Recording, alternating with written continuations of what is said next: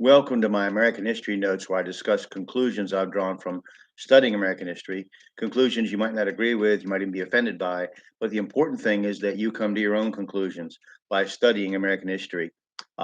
So I'm going to continue with Jimmy Carter's administration today, and I'm going to start almost immediately in Jimmy Carter's administration. By the way, if you don't mind, subscribe to my channel. Almost immediately in his administration, a scandal erupted concerning his Office of Management and Budget Director, Burt Lance. Lance, who later would be affiliated with Arab financiers, was accused of various crimes under banking statutes for which he was never convicted.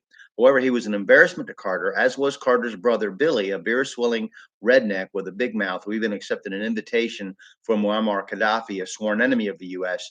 and backer of terrorists whom the CIA had put in power but lost control of.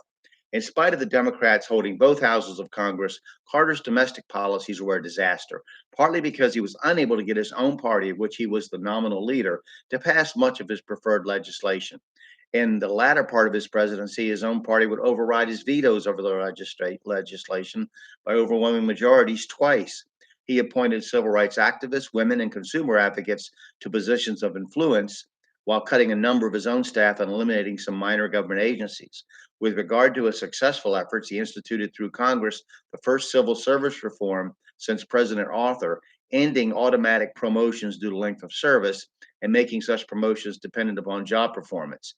He added the Department of Energy and a separate Department of Education to the government, following the pattern of both Republican and Democratic presidents to socialize and more centrally control areas which had originally been in the purview of the state and local governments. The old Department of Health, Education, and Welfare became the Department of Health and Human Services. We're going to stop there. And for time's sake, and we're going to continue with his administration and things that he did and failures he had, successes even, from now on. So I look forward to talking to you again.